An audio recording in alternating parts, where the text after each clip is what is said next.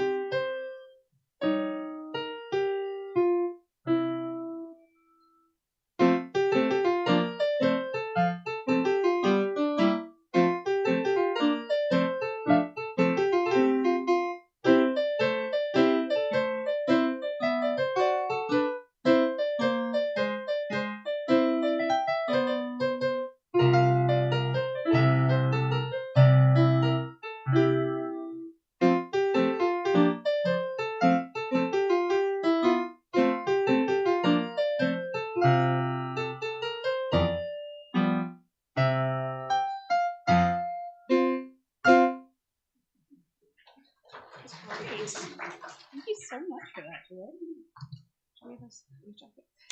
An important ritual in our Unitarian Universalist faith is the lighting of our chalice. We have many different interpretations of this, including the light of reason, the warmth of community, and the fire of hope.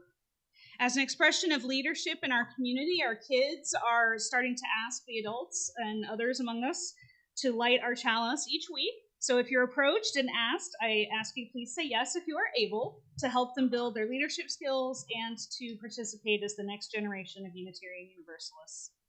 I invite you to come forward now and light our chalice.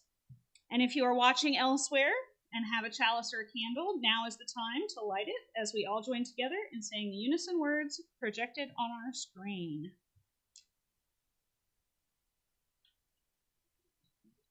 It's one of the kid ones.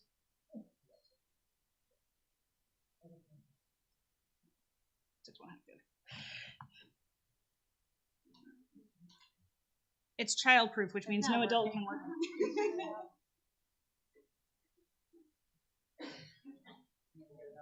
There you go. Hallow this time together, kindling the lamp of our heritage. Would you join with me as you are able in a spirit of prayer and meditation? Spirit of our aspirations, of the best hopes and worst actions of humanity, we have gathered here today to dream a new world together. Guide us to dreams where culture and religion are full of joy and hope, equality and love, where the negative is overcome and the evils that we humans have created are done away with through our imaginings and our actions. Amen, and blessed be. I invite you all to take a moment now and to greet somebody that you don't know as well this morning so that you can make a connection during our coffee hour. And then we'll go straight into our new hymn. If you haven't had a chance to find a seat, there are plenty here up front and over on the side as well.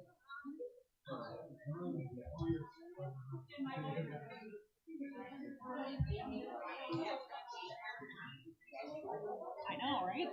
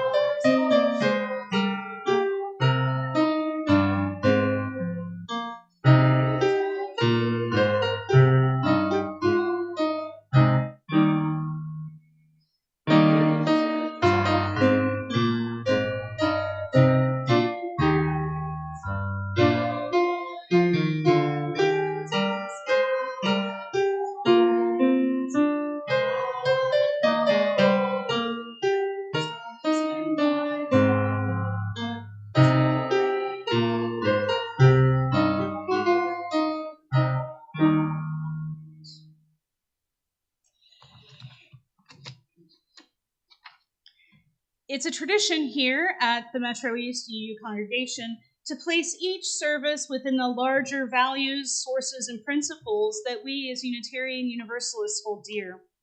While we are a religion that has no requirement of creed or belief, we do have things that we support overall, and this week our service is drawn from our Christian roots, sort of. Today is St. Patrick's Day, and it is a perfect opportunity for us to look at a holiday and see how common beliefs and practices shape and mold who we are for better or for worse. Our seventh principle teaches us that we are all interdependent, a value statement that puts us in line with science, but at odds with political trends that want to remove America from the rest of the world. Our first principle teaches us that every person contains inherent worth and dignity, a value statement that is in line with all major religious teachings that we are created in the image of the holy, but which is at odds in a culture where, to state just one example, people in poverty are seen as lesser beings in all ways than people with large bank accounts. As we look today at the ways that St. Patrick's Day does or does not live up to both historical truth and religious ideals, we're being offered a chance to a mirror to look at of our own culture as UUs who try to live in the world, but it is so often the exact opposite of the principles we hold dear. We ask ourselves today and every day how we can be in the world without being changed by the world, but instead being agents of change in the world, a delicate and difficult balance. One of the ways that we do this is by holding each other in care and concern. It is a tradition that we have where we share with one another the things that bring us together, the things that we love about each other, the things that are going on in our lives, the things that we hold deeply in our hearts. As we go into our joys and sorrows this morning, if you want to recognize a joy, sorrow, or milestone, you can come forward and place a stone or several into the water bowl here to represent them. And we're going to go around. How are we going to do this? Let's figure this out today. I'm thinking that we're going to do it like we did in our prior service, where we're gonna come up and around and then back, and you're actually going to have to go out and around, I think? Or how are we going to do this? Okay, so any of our folks with mobility challenges, I'm actually going to invite you to go first, because I want to make sure that this is accessible for you. So I'm going to start by asking anyone with mobility challenges to be the folks who come forward, and we want to make sure that you have the very best of experiences with this.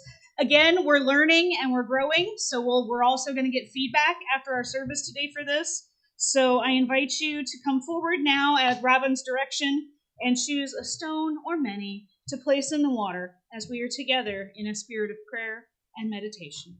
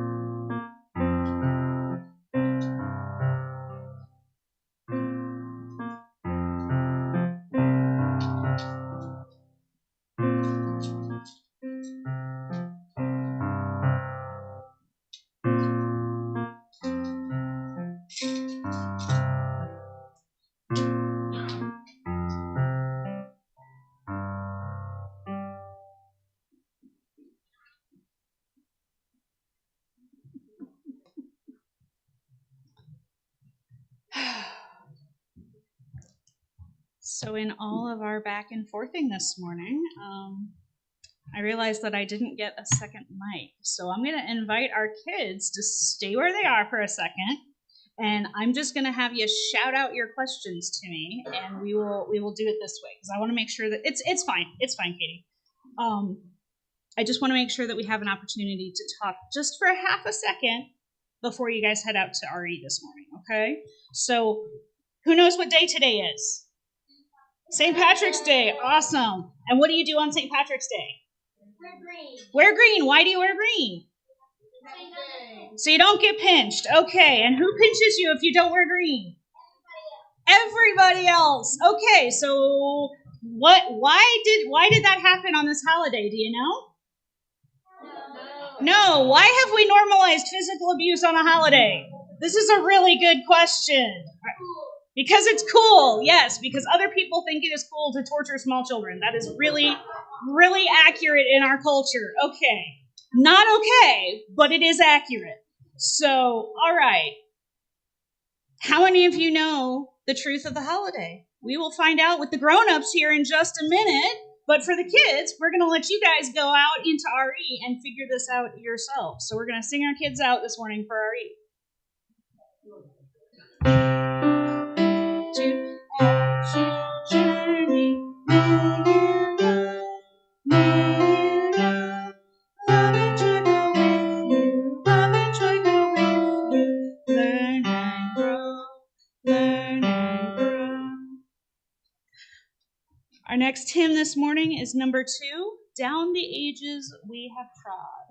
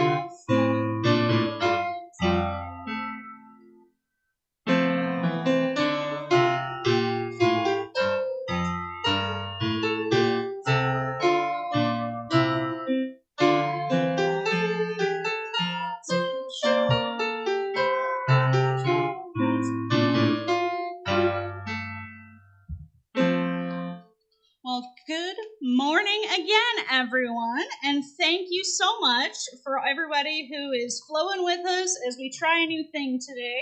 It's one of those things that no matter how long we're in this space, which has only been a couple of months, it feels like forever, I know, for some of us, but it's only been a few months. We're still trying to just find the best flow for our volunteers who come in so early every Sunday and set up and stay late every Sunday to break down. So we appreciate them and we appreciate the time that everybody has given to making this work. So luck of the Irish to you this morning, as my forebears would say, on this blessed St. Patrick's Day. I am taking no chances of being pinched myself, as you can see. I have my green on.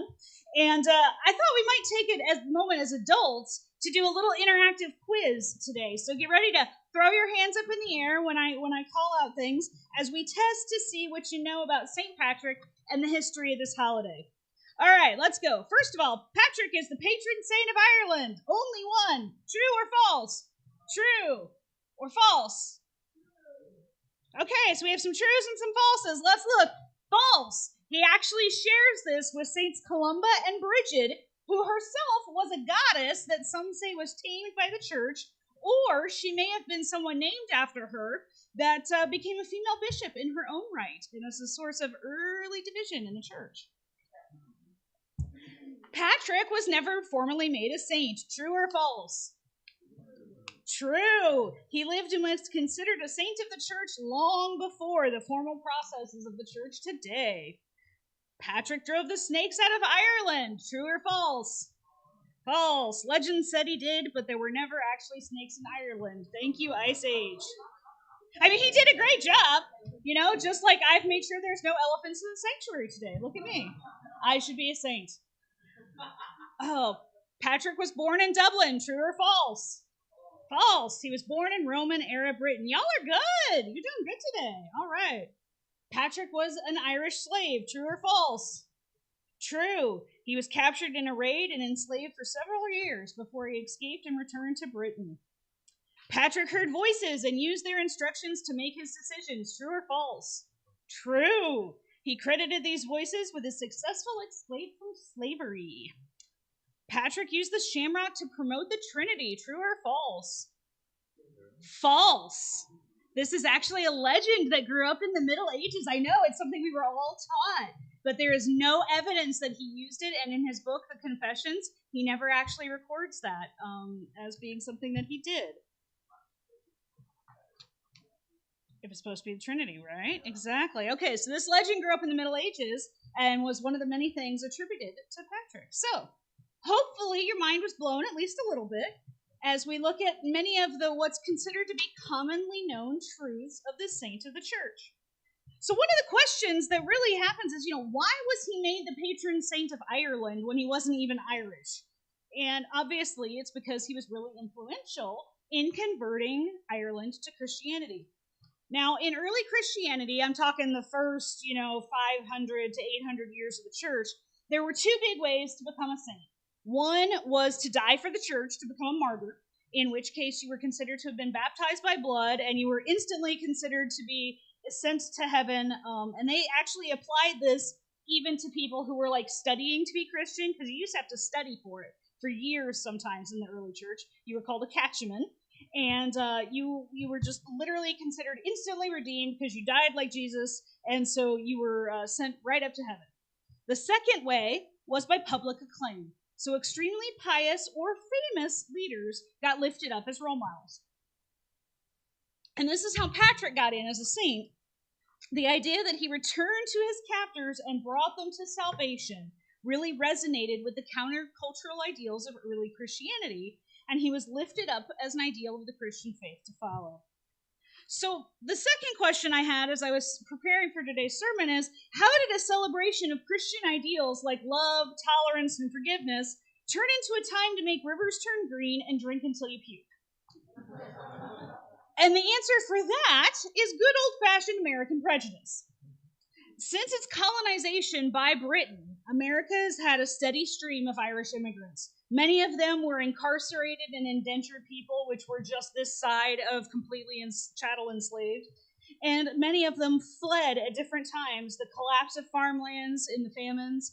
They tried to get rid of the excess taxes that happened because Britain had colonized Ireland first and treated it horribly and drove many of the natives of Ireland out and forced them to go other places. And America was a place that they got sent. Well, when they got sent over here, the Americans who owned the place, because they were British expats, they got rid of the king, but they kept their British prejudices and added quite a few more to the mix. Irish people and their descendants were seen as troublemakers and drunkards, and were the victim of upper-class prejudice, because you see, it is perfectly fine, even to this day, to be an absolute wastrel and drunk, as long as you are rich. Think about all the frat boy parties and all the society parties and all the actors that we see that have addiction issues and all these other things. That's considered acceptable because they can afford the six-figure rehab clinics. But if you're poor, being an addict makes you a dirty, lesser individual in our culture and in our society. I disagree with this. I want to make that very clear. Addiction is a disease and it's an issue that many people face. But in our society, we see it as a class problem. We see poor people as being lesser, and therefore any issues that they have makes them even more less, if that English translates somehow. But the thing is that St. Patrick's Day became a day of resistance by these Irish immigrants. It became a day to celebrate their culture, even when they were faced with so much hostility and so much prejudice. And in the cities in which there were more Irish immigrants, so New York City, Boston, Chicago, the celebrations became bigger and bigger and more wild. And as time went on and there was less distinction made between Irish people and British people, it became more about having fun, and it got a lot wilder. Did any of you, I know Alex, but did anybody else in this room go to UMR or Missouri School of Mines or Missouri S&C? Yeah, okay, so St. Pat's, right? It's a thing in Rolla. It's a thing. It's a thing that involves a lot of booze. At least 4 days worth, yeah. Right. The college just gave up a few decades ago, and now you're just off of school for the majority of the week of St. Pat's, because there's no sense in trying to get the students to come to class. They're all blitzed out of their minds. Somewhere in there, it got lost, right? The idea that this is a religious holiday just got lost. And the same, frankly, can be said for Ash Wednesday, which has now become Carnival, right? For Christmas. Let's talk about the commercialization of Christmas, okay? Easter. Now, I don't have a problem with bunnies and eggs and chocolate. I think that's great. But the fact that all of these holidays have become so commercialized is a result of America and its absolute, utter laser focus on money as being the be-all and end-all of who you are.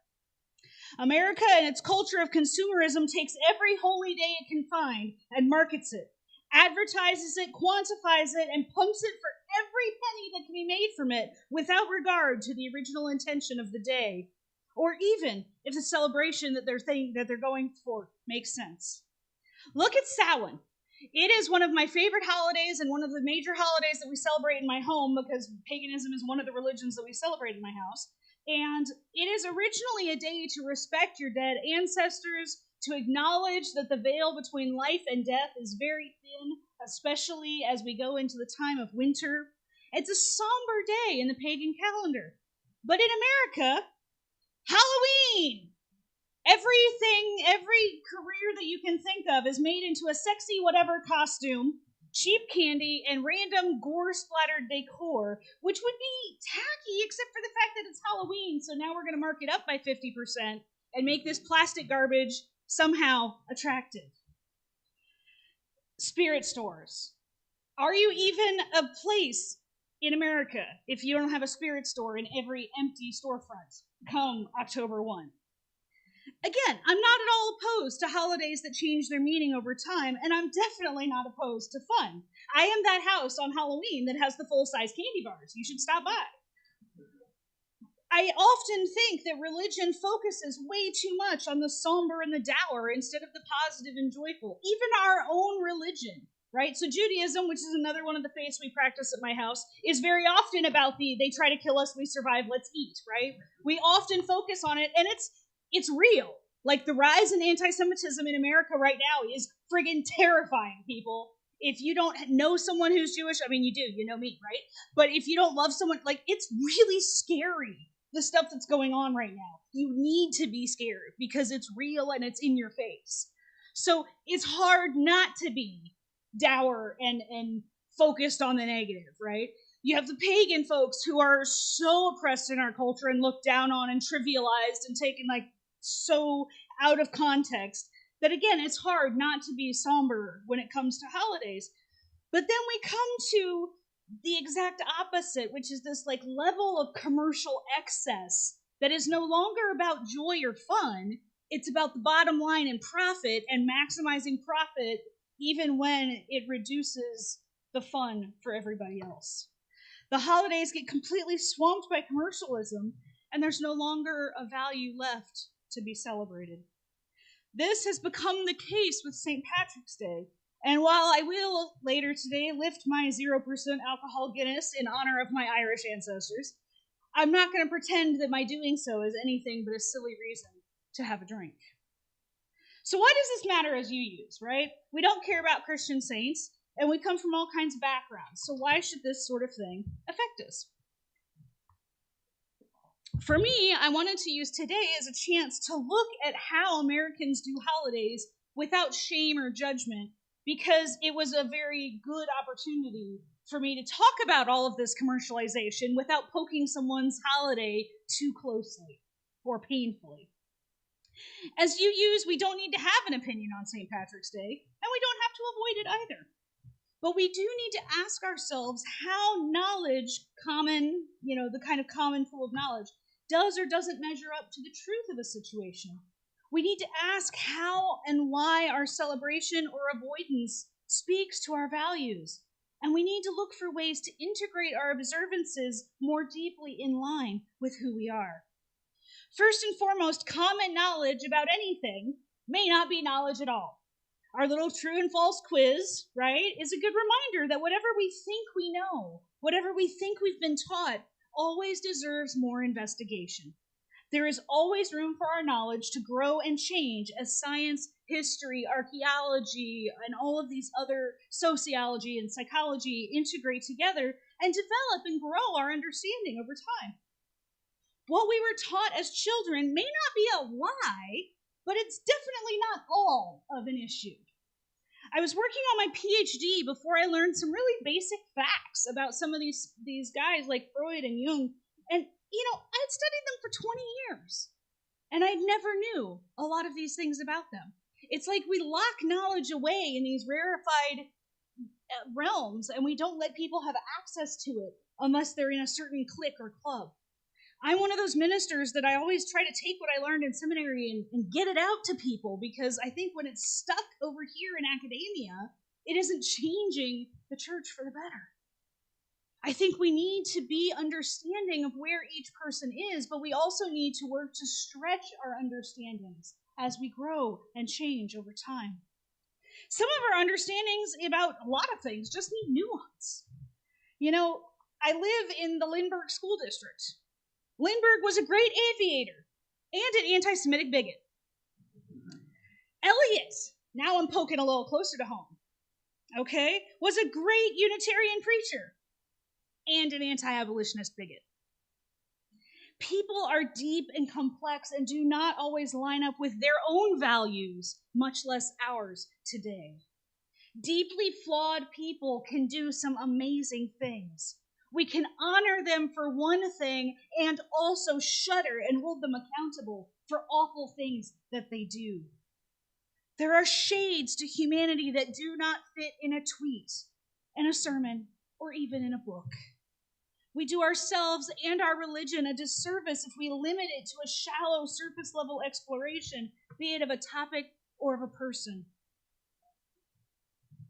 We shouldn't make saints out of slaveholders, but we also shouldn't cancel everything a person ever said or did because they have something tragic or awful in their life as well.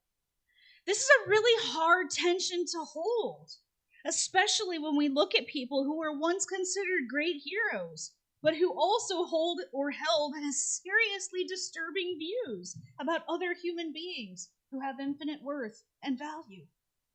And I don't have a one-size-fits-all answer for this, for how we need to handle these things. And I most definitely think that the people affected need to be the central voices in the discussion. As an example, like I said, I live in the Lindbergh School District, and there is currently no discussion whatsoever about his legacy. We're coming up on 100 years, right? 2024, 25 is the 27. I'm like, I know it's coming up in just the next couple of years. And nobody's discussing whether or not we need to reevaluate naming the major road through St. Louis, naming a major school district in St. Louis, naming all these things after this guy who thought all the Jews deserved to be rounded up and killed by Hitler. He thought that was okay. He thought Hitler was a pretty good guy and a strong leader, and the trains ran on time. That's not okay. It wasn't okay when he wrote those words, and it's not okay today. So how do we wrestle with this legacy of a man who did incredible first ever things in aviation, but who was also in some ways a horrible human being and also had these personal tragedies and traumas that shaped his life in ways that we'll never be able to reconcile. I do not, as I said, have a one-size-fits-all answer to this, but I know that the Jewish community needs to be involved in these discussions. They need to have a central voice at the table. O'Fallon, who was actually a captain but liked to call himself a colonel, named cities on both sides of the river after himself, and he was also, for many, many years, the largest slaveholder in the state of Missouri. He needs investigation in these cities that we so proudly name after him, and these boulevards and these schools and all these things that we've named after this guy.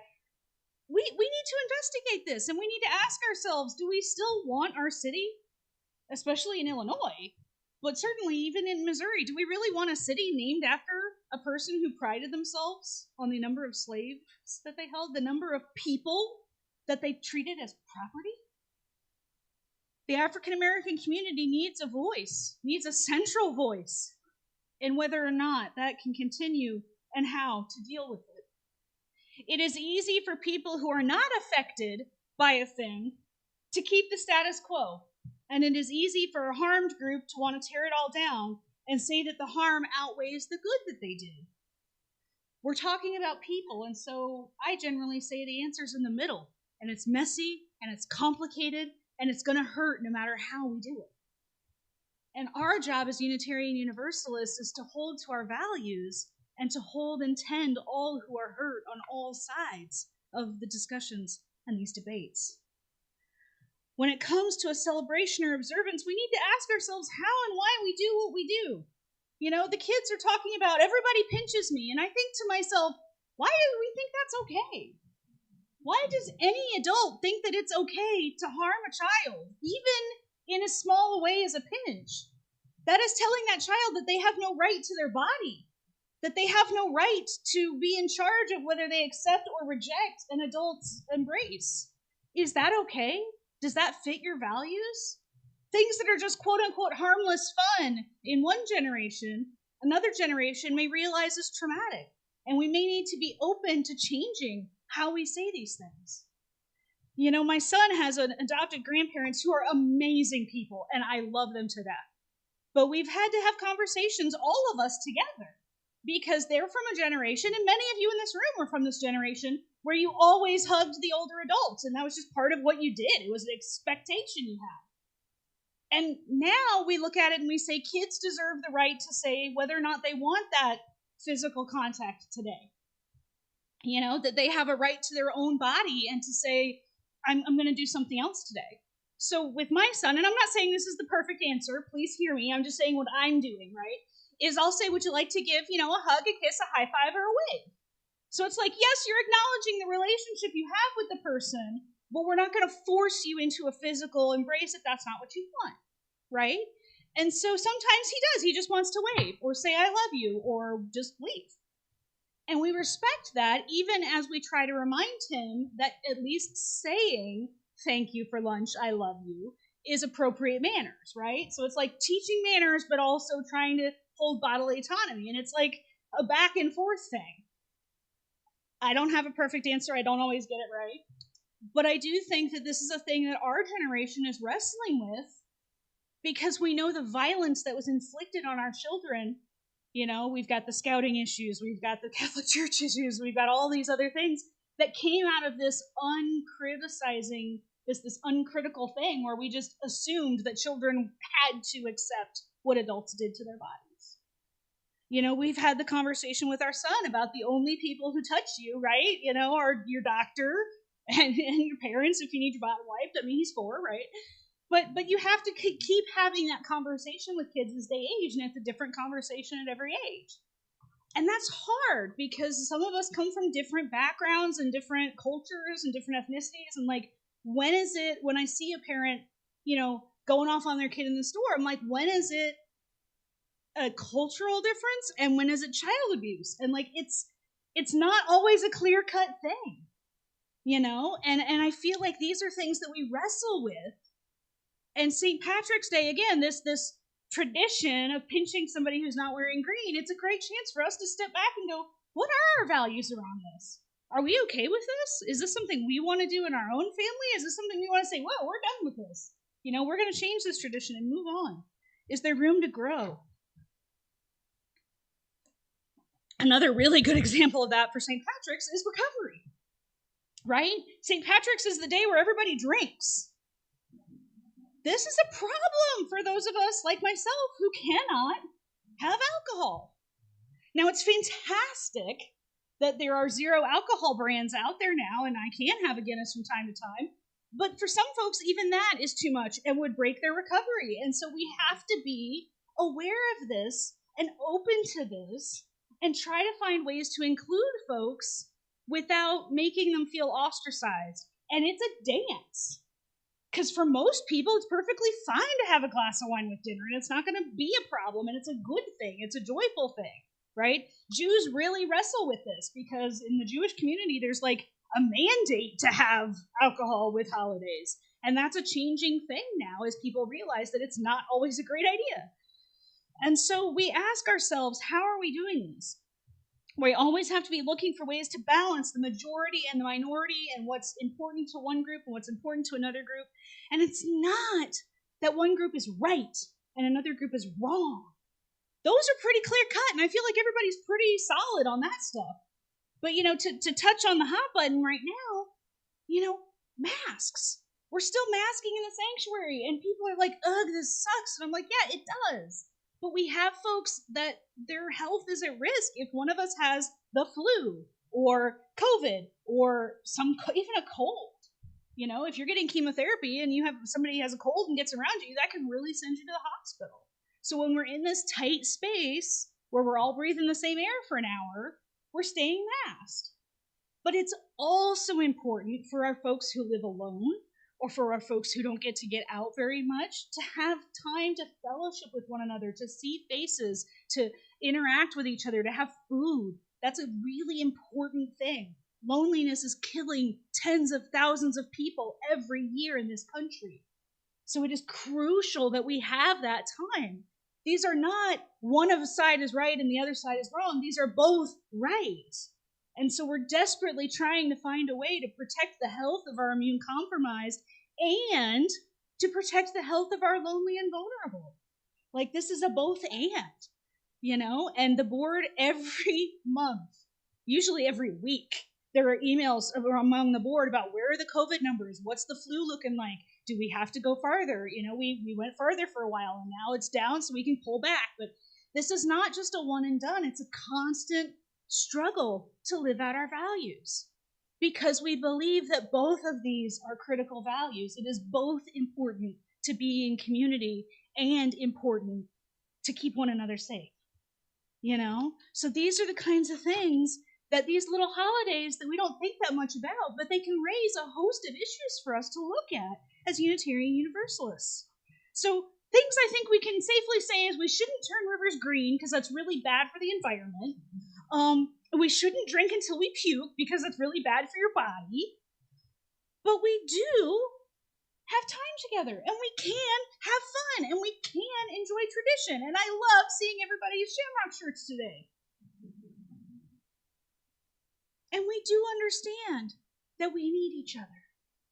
The Irish came over here and they were each lonely and alone and vulnerable. And each person, each Patrick, each Fiona, each Sean, alone was faced with all of these prejudices and all of these people that hated on them and all of these fights. And what they realized is that when they get together, right? When they get together, they were bigger than the sum of their parts. The one thing I can tell you is if you haven't noticed the news this year and what our presidential election is going to be like, we need to be bigger than the sum of our parts, folks.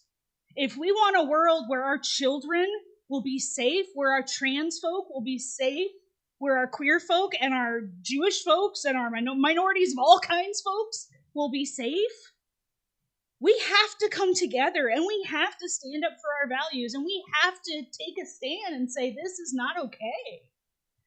And whether it's, assault like the kind that a person I won't name has been found guilty of in a court of law, you know what I'm talking about. Or if it's pinching a child, but you can see how one can lead to the other, right? Because if you have no autonomy as a kid, and you're allowed to pinch the girls in your class, and then you're allowed to be a frat boy doing terrible things to the girls because, well, they dress like that, and then it just goes on through your whole life. And so you learn that you're entitled to treat other people like this. And it starts with somebody not taking your hand when you're little and saying, no, you can't pinch somebody, you can't hit somebody, you can't do that to another person because that person matters just as much as you do. So we as UUs have the opportunity this year to stand together on behalf of each other, on behalf of all of the folks that don't yet know we stand on their behalf, and to reach out and say, we are here, and we want this to be a safe and inclusive place. We want this to be a loving place, and we're not always going to get it right. We're not going to have enough mask protocols. We're not going to have enough food and fellowship. We're not going to have enough alcohol. We're not going to have enough sobriety. We're not, whatever it is, we're going to struggle because we're people. We're messy. Some folks are going to think that Lindbergh was cooler enough that it should stay. Other folks think, no, we got to get rid of it. We're going to be all over the place. But as long as we know that our core value is love, and our core value is people, and our core value is coming together on behalf of what truly and deeply matters, which is each other, we're going to be okay, whether it's St. Pat's or not. Amen, and blessed be. Our final hymn this morning is number 370, All People That on Earth Do Dwell.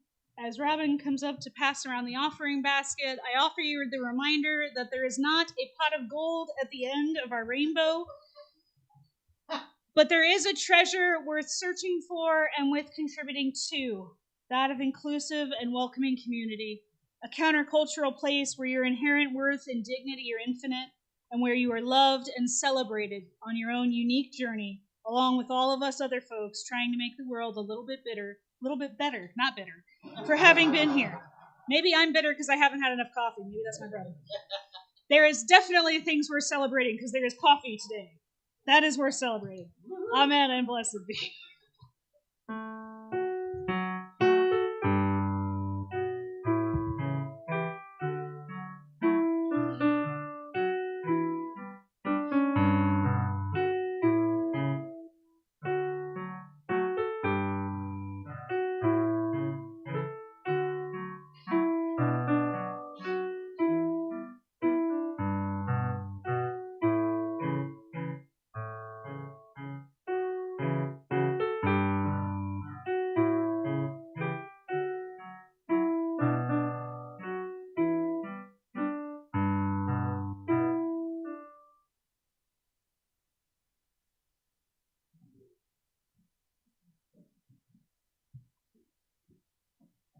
Will you join with me in our offering prayer?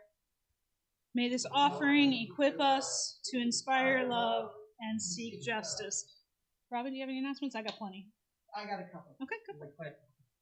Just as a reminder, our speaking of pots of gold, our stewardship campaign will probably start in May. For those of you that might be new to the UU tradition, this is where we ask people to make a pledge for the next church year, starting in July, what you're going to give on a monthly basis. By doing that, and we record what you've donated as contributing, doesn't matter what it is, $1, I don't care, but that gives you voting rights if you want to be a member. So we want to make sure we reinforce that. So if you want to be a part in church leadership and making decisions, then that pledge. Now, pledges also can be talent. It doesn't have to be money. So if you are strapped for cash, but you want to donate your time, that works too. We take it all. So no worries there. Second, we're going to have our annual meeting. And I'm sure there are things that we got to vote on then. That'll be the last Saturday in June, we decided, right? Yeah, the last Saturday in June. Huh? Sunday, that's what I meant. I meant Sunday. Last Sunday in June, sorry. I have not had enough caffeine yet either today. And collage night, we decided is going to be now the 13th. That's what I'm pretty sure that's what I reserved. Yes, collage night. And I did get confirmation we are not allowed to have alcohol in there because they have a special nonprofit insurance policy, and it kept their rates low by not allowing alcohol to be here. So we need to honor that and be respectful of that. And again, I thank all of you here, in honoring our policy on masking and things like that. We really appreciate that very much. Go, it's all you. All right, so a couple of things. Number one thing is that next week is our flower communion. So anybody that has flowers, wants to bring flowers, bring them. We're going to have a couple of big vases here at the church for them put in. For those of you who are newer, what this is, it's a ceremony, and I'll talk a lot more about it next week, but it's basically a ceremony where we share with one another the flowers from our lives, and then we take home a different flower as a way to represent the gifts that we each bring to our community. Because I am desperately allergic to all things pollen, I will also have some non-live flowers here for any folks who need that allergy-free boost as well. So that will also be a thing. And then tomorrow night, so it is Monday night, from 6 to 7:30, I am teaching the first of 2 sessions, so it's a 2-part class, on creating your own theology. And what this is it's going to walk you through all the big questions and kind of get your own answers. I'm not here to tell you what to believe. I'm here to help you discover what you already believe and where you want to shape things or change things or learn more or grow more. And that's going to help us set the sessions for next year, basically. So I'm excited. If you want to join, come on in. I have had a couple of folks say that they can't make one or the other. So I am going to record the teaching part of the sessions. So if you can't make one or the other, let me know. Send me an email, and I can email you the recording for the session you can't make so that you get a chance to have this class as well. So that is what I have. Also, blue cards. If you don't have one of the spiffy little name tags and you want one, because we want you to have one if you're here and you want to be here. So fill that out. I only actually need your name and your pronouns. So that's the only things that go on these. So if you want to just make sure you've got those, and then if you see people that don't have them, let me know, and we'll try to get with them because I'm trying to make sure everybody has one of these that wants them. So those are my announcements. Anything else I'm missing from anybody? Going once, going twice. All right. I invite you to join with me in reciting our prayer as we extinguish our chalice. The light of truth cannot be put out. We are keepers of this flame until we meet again. May we be inspired to chase rainbows, those symbols of freedom and hope, knowing that at the end lies beloved community. May we be graceful with ourselves and each other when we stumble. May we pick one another up and offer help to keep going. And may we all see that the best part of the celebration are the people that we go with. Let us go forth in peace. Amen.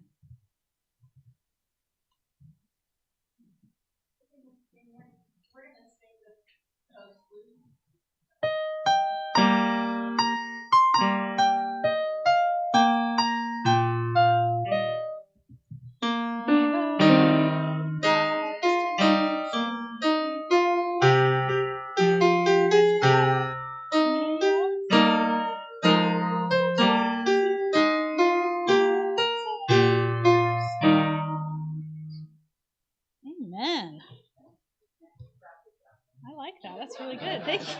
It's good though. I like that. I know it's an Irish prayer, but we did not actually handle that until the beginning. But now, my friends and family, it is time for caffeine. For those of you who indulge. I want to also, unfortunately, we found out after last Sunday that we do have to clean up this Sunday, and I apologize. So somebody could grab a chair, and then, after we fellow shift for a while, somebody people can come out to rearrange. We would greatly appreciate